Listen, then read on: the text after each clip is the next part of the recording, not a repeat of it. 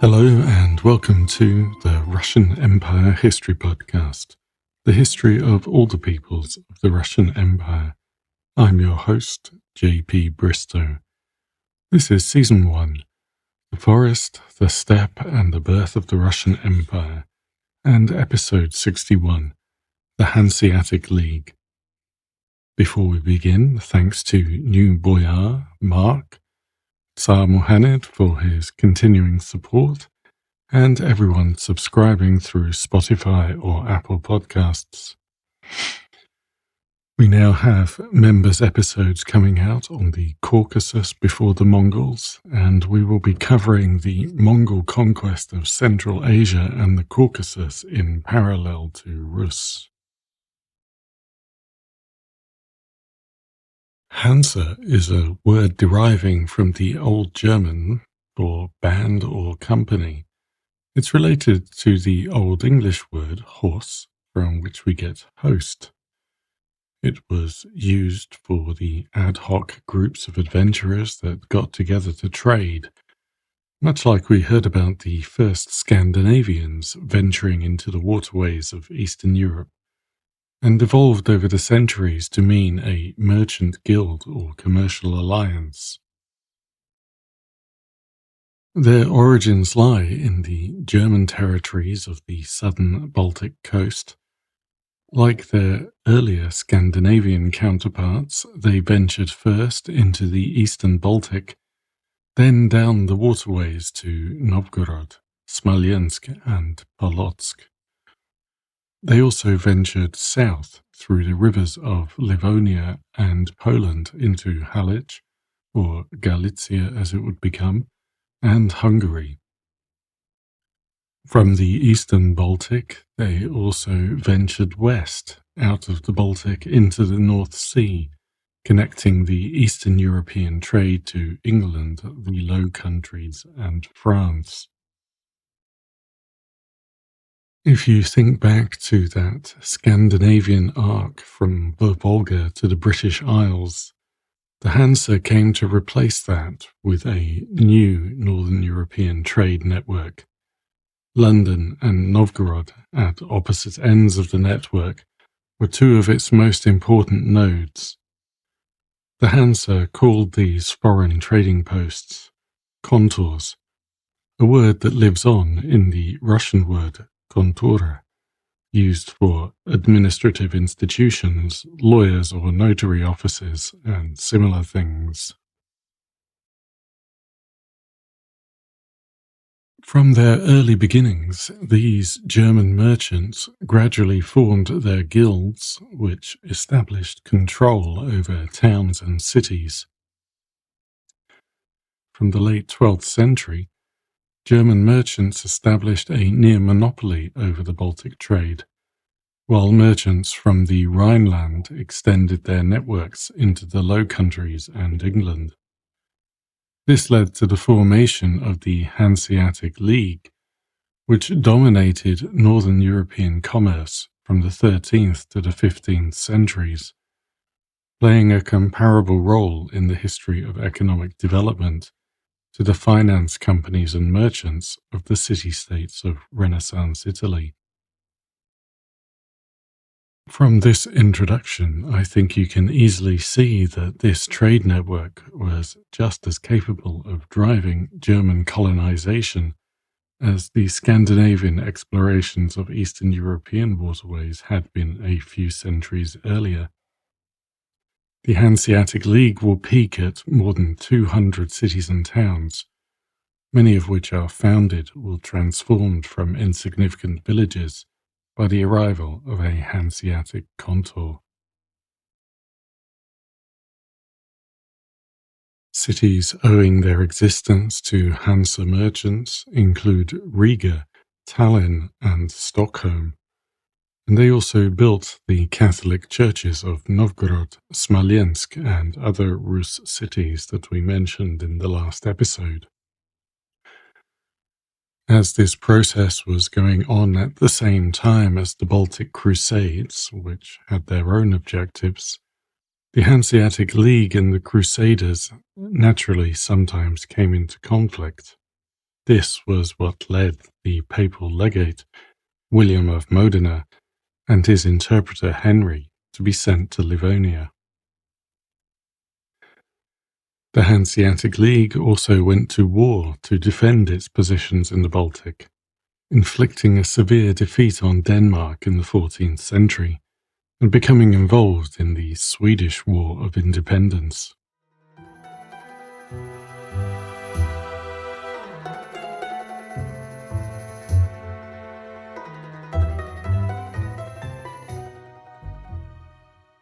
In the traditional historiography, German historians have portrayed the Baltic region as sparsely inhabited and uncivilized, only taking shape with the arrival of German culture bearers. But this attitude has changed in recent decades. Archaeological finds have expanded the picture of life in the region in the 6th to 10th centuries, which has had a knock-on effect on the reinterpretation of written sources to take account of the increase in available contextual information. The traditional view that merchants from Lower Germany, followed by farmers, craftsmen, and the nobility, Europeanized the indigenous population of the Baltic coast, has been updated to present the view from the colonized side, and more attention has been paid to Denmark and Sweden, as well as the Catholic Church and the Crusades. In the 11th century, the Baltic trade was controlled by Denmark and the Svea, one of the groups who would go on to form Sweden, who inhabited central Sweden, as well as the Rus, led by Novgorod and Poland. The role of, for example, Courland is difficult to assess due to the complete absence of written records. However, some Western coins dating to this period have been found in the region. At this point, foreign merchants would have been acting as the local elites allowed them to. There were three main routes in use. There was the Rhine River and North Sea to Denmark and Sweden, the Baltic to Novgorod, which ran from Frisia to Ladoga, touching on both northern and southern coasts of the Baltic, and the southern coast of the Baltic to the Vistula, which was both a land route from Lower Saxony and a sea route from Schleswig or Oldenburg to Volyn and Novgorod.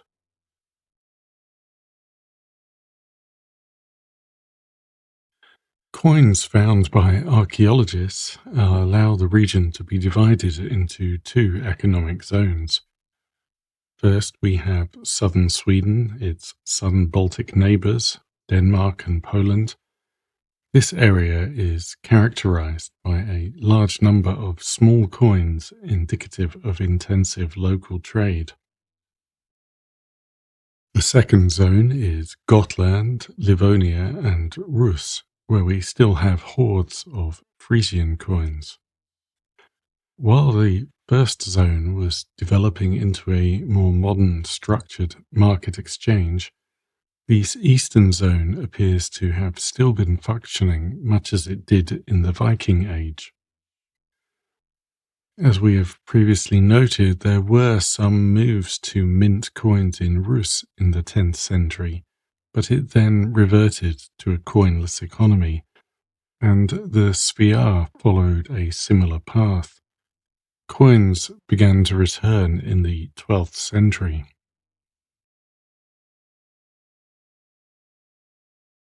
The most important trade emporium for the Baltic network in the beginning was Schleswig, where Frisian and Saxonian merchants were established and fairs were held to trade in Baltic goods. From Schleswig, goods moved south to Cologne and France. Its importance as a trade centre contributed to Schleswig becoming an ecclesiastical and royal centre over the next couple of centuries. According to Adam of Bremen, a German chronicler in the second half of the 11th century who wrote extensively about the Baltic and Scandinavia. You might have heard of him as the first person to write about the Vinland settlements in North America. Saxon merchants were already living in Volyn, an island off the Polish coast, and Stettin, a port on the Oder River in modern Poland. Adam states that ships continuously departed Schleswig to visit the Slavs, Sweden, Samland, and Novgorod. Economic development seems to have accelerated in the late 11th century. Schleswig and its port expanded rapidly, and a castle town was founded at Old Lübeck by Western Slavs. Churches built in Gotland, which had converted voluntarily without any formal missions, acquired a noticeable Rus influence, and this was when those marriages between Rus and Scandinavian rulers we talked about last time took place. In the 12th and 13th centuries, the Church became increasingly involved in the Baltic region. The German nobility was also becoming more interested in the Baltic. Together with the merchants, these three groups became intertwined, and it can be difficult to distinguish religious missions, commerce, and colonization. This led to power struggles for dominion over the region, which are poorly reflected in our available sources. The chroniclers, including Henry of Livonia and the Danish Saxo Grammaticus, are, as ever, churchmen with major blind spots.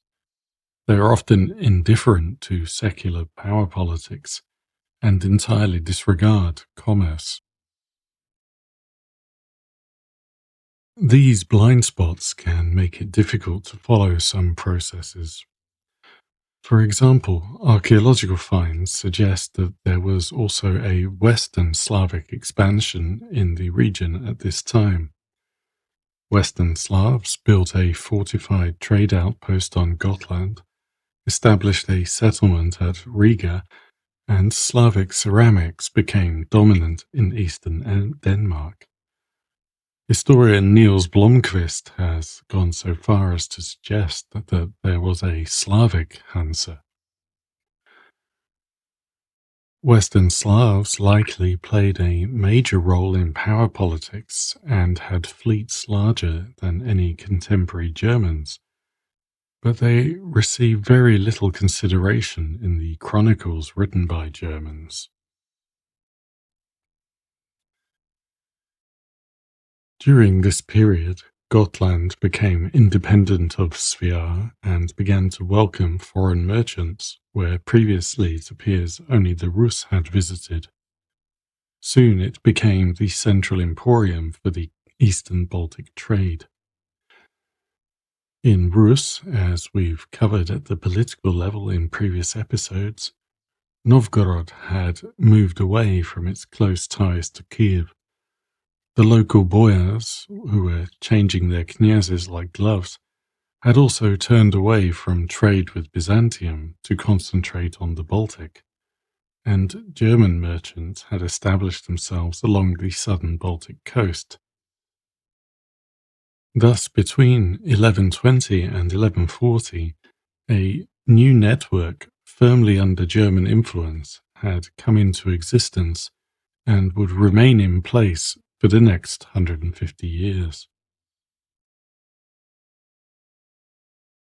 A significant step at this time was the German merchant settlement near the Slavic castle of Lübeck, receiving a city charter.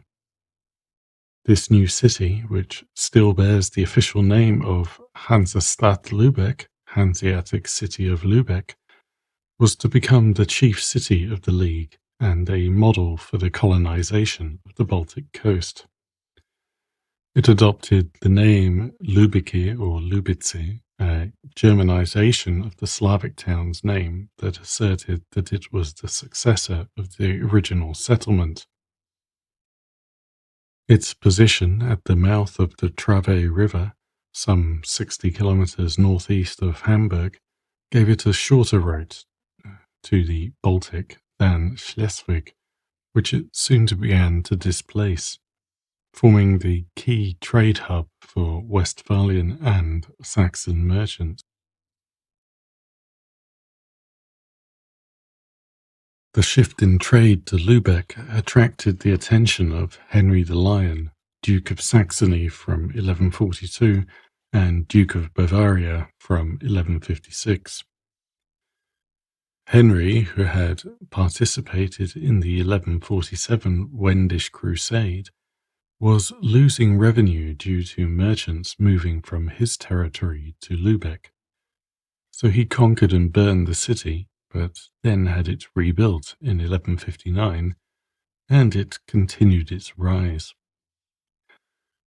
The merchants of Lübeck asked Henry to send his emissaries to the main towns and kingdoms of the north, Denmark, Sweden, Norway, and Rus, to offer them peace and access to free trade in his city, Lübeck. This he did, granting an exemption from duties to Rus, Normans, Swedes, Olandians, Goths, Livs, and all the peoples of the East. The exemption was continued when the city drew up its first charter of municipal law 70 years later. This generosity had a practical motivation. The merchants of Lübeck lacked their own shipping fleet, so if they wanted to compete with the established centers of trade, they had to attract everyone else to visit their port.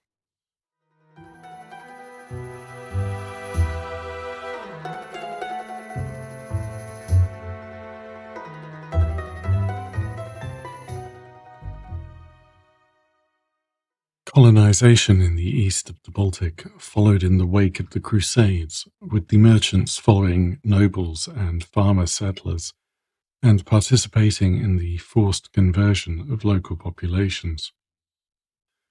As already noted, the merchants set up their contours, which then became settlements, all around the Baltic, in areas conquered by the Danes and Swedes, as well as in German territory. The merchants themselves were not involved in combat and moved into areas that had already been pacified. This process picked up after the subjugation of Slavic territory up to the Peene River in 1164, with merchants building marketplaces and churches next to existing ports. By 1180, there were more Germans living in Stettin than Poles. Most of the settlers arrived from Lübeck by sea.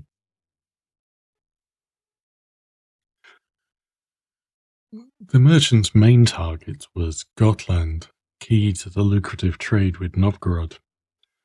It's not clear when settlement in Gotland began. It took the Germans decades to establish dominance here, and there are signs of conflict. Henry the Lion had to sign a treaty in 1161 to resolve a clash at an unknown location.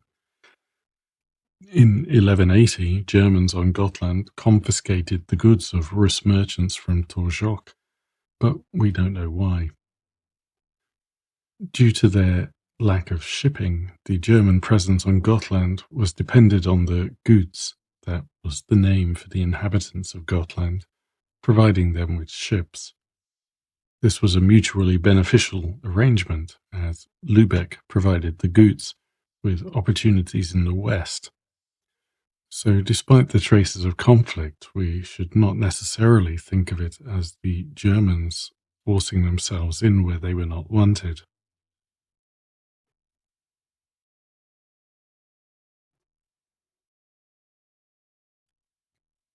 Some sort of formal arrangement was certainly reached, because in 1191 the Rus-Gotlandish-German Treaty describes itself as a continuation of the old peace, which had been concluded on the basis of negotiations in Novgorod by a Gutnish man named Arbud.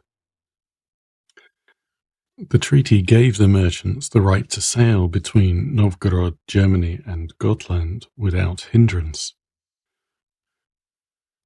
In this period, the Daugava trade route in Livonia also began to increase in importance. Danish and Gutnish merchants had already been trading here, and the Germans arrived along with the Christianization of Livonia. The first missionary, Meinhard, arrived in the 1180s along with a merchant company. Riga was founded in 1201 next to an existing indigenous settlement, just like most other Hansa towns. The Pope had already taken an interest in events in the Baltic, and Riga was chosen as the seat of the Bishop of Livonia. The first bishop was Albert of Buxhoveden, who arrived with 23 shiploads of crusaders. A few years after it was established as a military outpost, Riga began offering substantial privileges to merchants in a successful effort to lure them into permanent settlement. Riga then became the center of German trade expansion, as well as missionary and military activity. At the same time, German settlers on Gotland formed a community in Visby, which later merged with the neighboring Gutnish town. Visby established relations with Smolensk, Polotsk, and Vitebsk through the Daugava corridor, which gave them a further link onto Kiev and the Constantinople trade, meaning access to luxury goods from across Asia. German merchants built a church in Smolensk in the 1180s. Free trade agreements fostered cooperation between the Germans, Danes, and Swedes. German miners and metalworkers migrating to Sweden in the 13th century caused an economic boom and led to the founding of Stockholm in 1251.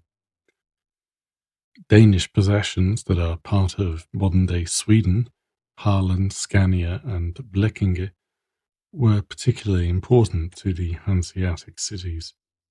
Schleswig continued to lose ground to other markets, such as the fare on Scania, which exported to the European mainland directly through Lübeck. By the 13th century, Hanseatic merchants had forced English and Dutch merchants out of Norway and had taken over the North Sea dried cod trade. The conquest of Prussia was begun by the Teutonic Knights in 1231. Thorn, now Torun, was founded on the Vistula the same year, followed in 1237 by Elbing, now Elbag, near the Nogat River, as the Knights completed the takeover of what is now the Polish coast. Königsberg, now Kaliningrad, followed in 1255, the last of the important Hansa cities to be founded in the eastern Baltic.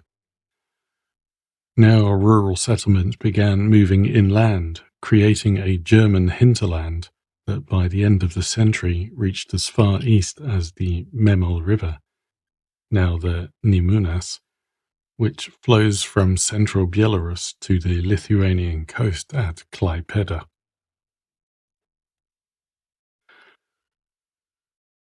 In the mid-13th century, the Mongol conquest eliminated Kiev from the Eastern European trade network, which provided an additional stimulus to the final stage of Hansa development.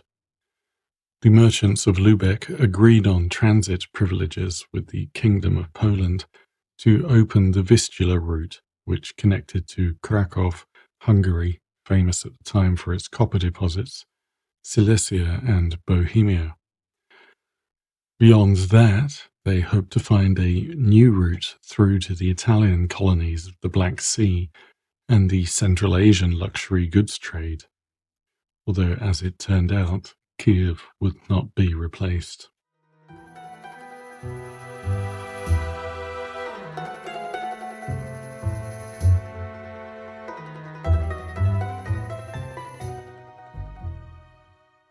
Medieval guilds like the Hansa emerged where merchants or craftsmen formed voluntary associations to safeguard their interests through strength in numbers.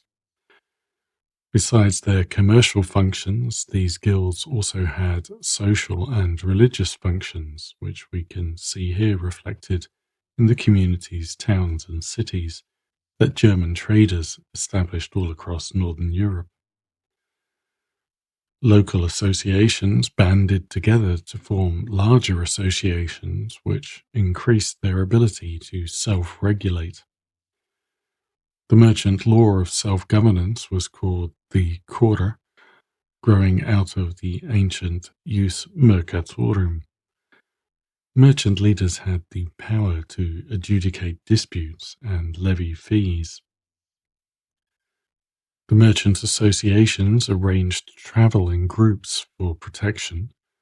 Merchants had been entitled to carry swords since Carolingian times, collected a fee for participation in joint trading, which probably included any tribute that was due, and gave participants the right to trade where those associations held privileges. Guilds generally enjoyed privileges conferred by local rulers. Merchants were interested in safety and trading rights, and kings were interested in revenue, so the two came together. The king only had to deal with the guild, and a merchant could enjoy the privileges through membership without having to apply to the king personally. Over the 12th and 13th centuries, German rulers ceded more and more rights to rule over territories to Hansa, which meant that the obligations to provide protection shrank, except for their foreign missions, where, when there were hostilities with the locals, as in the southern Baltic coast, these obligations became even more important. Merchants abroad formed a constitutionally defined union under the king's protection, who were known as the Mercatores Imperatores, or merchants of the emperor.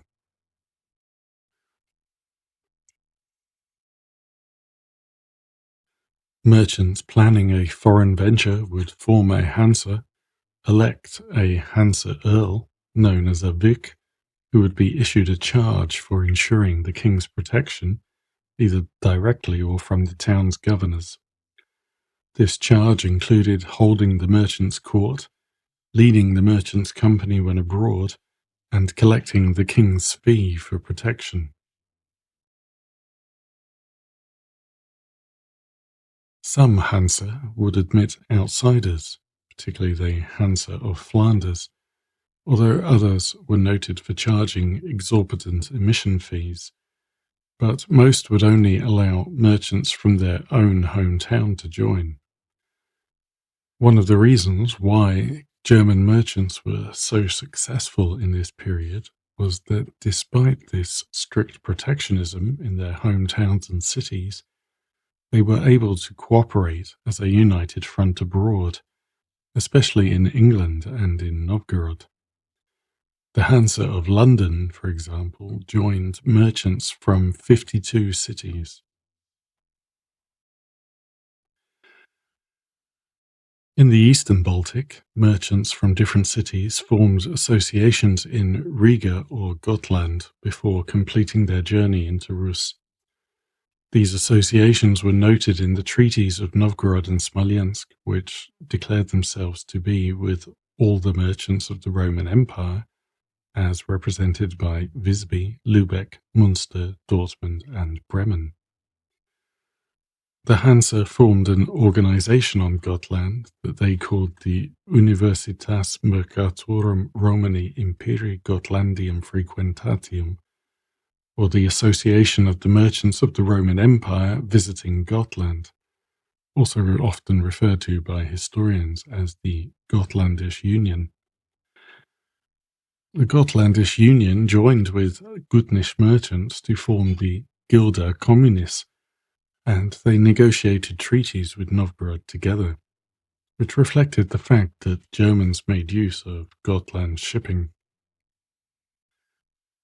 Unfortunately, we know much less about their activities than we would like, since besides the treaties, their trade was conducted almost entirely on an undocumented basis.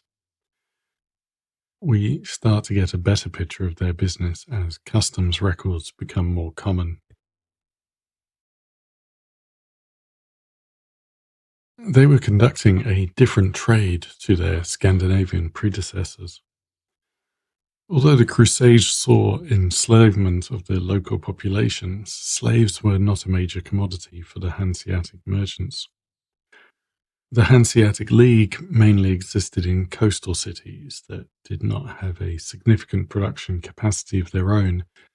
Instead, they traded the goods of their respective hinterlands. The cities of the southern Baltic coast and Gotland traded goods from the Baltic and Polish hinterland, Rus, and through Rus, the Volga and Central Asia. In the west, the London and Lowlands contours traded wool, fabrics, and other goods from those regions. The Hansa towns were often built around a marketplace, church, and guild hall. The main interest in Rus remained our old friends wax and furs. Wax from Rus and its eastern trading partners on the Volga had a special role and enjoyed increasing demand at this time. Oil lanterns had fallen out of use in Europe in the post-Roman period, as oil had become dramatically less available away from the Mediterranean. The main source of lighting was tallow candles made from animal fat, or rushlights, rushes that had been dipped in tallow so they would burn longer. Eastern European beeswax was also used to make candles, which were better quality and more expensive than tallow candles. They were used for lighting by the nobility, but their primary use was in churches. Both Orthodox and Catholic Christians used candles in their devotions to symbolize a variety of things. The candles symbolized the presence of God, because Jesus said, "I am the light of the world." The candle burning down symbolized the Christian spending his or her life to spread light. Lighting a candle in church symbolized a prayer rising to heaven when a supplicant had some particular need. And there was a centuries-old tradition of lighting candles in memory of the dead. By the time the Hanseatic League established dominance of the Baltic trade, church building across Northern Europe had reached the stage where churches had become local and accessible to most of the population, which led to an increased demand for candles, which were mainly made from Eastern European beeswax. The supply of beeswax, which came mainly through Novgorod and Polotsk, was so important that when there was a dip in deliveries to England in 1309, Hanseatic merchants in London were arrested and charged with conspiracy against the king.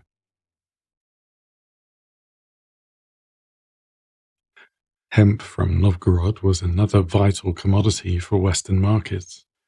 Without it, the English and Dutch navies would have been unable to develop, as their masts and sails were held in place by hemp from Rus and then Russia. The Rus mainly exchanged these commodities for silver, but they also received vast amounts of salt from Hanseatic merchants, who acquired it from Poland and Hungary.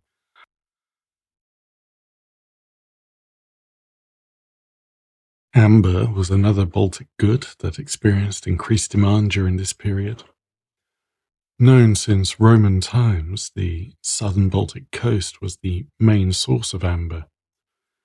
Besides decorative uses, which include crucifixes and altarpieces for all those new churches, and rosary beads, amber was also believed to have health properties, and amulets were worn against joint pain, throat and eye disease, stomach ailments, and jaundice.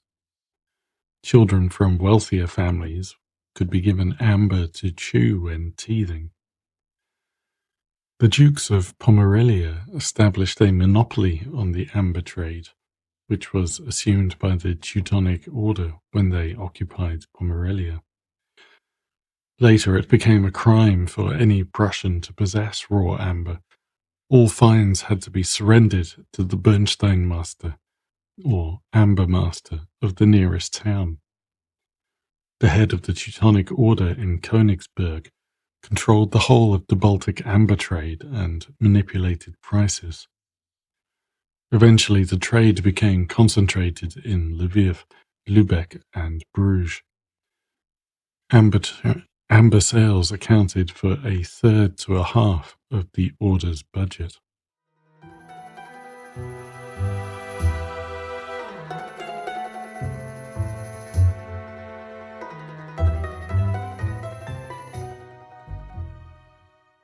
The spread of Christianity also meant the spread of Christian dietary rules, which, depending on the branch of the church, involved between 120 and 182 days a year where meat was forbidden but fish was usually acceptable. This naturally increased demand for fish, even in areas where fish had not previously been commonly consumed. The Baltic Sea had its role to play here. Every year, thousands of people from across Scandinavia travelled to catch the migrating herring. One chronicler in 1364 estimated that 300,000 people were involved in this trade. By the 10th century, it had become established practice to salt the fish and pack them in barrels for storage through the winter, which also enabled them to be transported and sold. Over the next couple of centuries, the trade grew to become the single largest Baltic commodity, before overfishing began to reduce its importance in the 16th century. The salt herring from Scania was so highly rated across Europe that Scanian became a designation of quality, and the Netherlands banned the sale of any other kind of herring. Demand was as strong from Rus as anywhere else, and Hanseatic merchants carried the fish everywhere from Novgorod to London, from Stockholm to Madrid and Naples.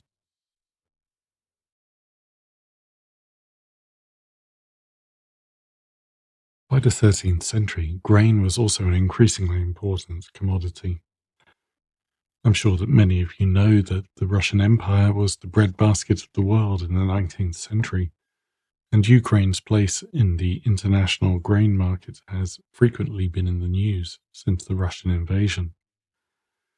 For the Hanseatic League, though, the main source of Eastern European grain was Poland. Buyers included England, the Netherlands, and Scandinavia, as well as German beer brewers. Timber also became an important commodity. The main importer was England, which consumed trees for building towns and ships faster than it could grow them. By the 11th century, they were importing timber from Scandinavia, but then the trade shifted to the Baltic. The eastern Baltic hinterland, particularly Poland, Galicia, Volhynia, and Lithuania, had prime oak forest, with relatively easy access to the Vistula for transportation. The timber was processed in Prussia and exported in the form of wainscot, tunhold, used in ships and building, and bow staves. The entirety of Northern European shipping, the Hanseatic League's own vessels, and especially the English and Dutch fleets, became dependent on this Eastern European oak, as were the builders of Gothic cathedrals who used it for their magnificent ceilings. Along with the wood came wood byproducts, potash made from burning offcuts that was essential for making textiles, glass, ceramics, and soap. This was another product where the Teutonic Order was a major player, as they burned forests to clear the land. Pitch and tar were also used for sealing ships, which required annual recoating.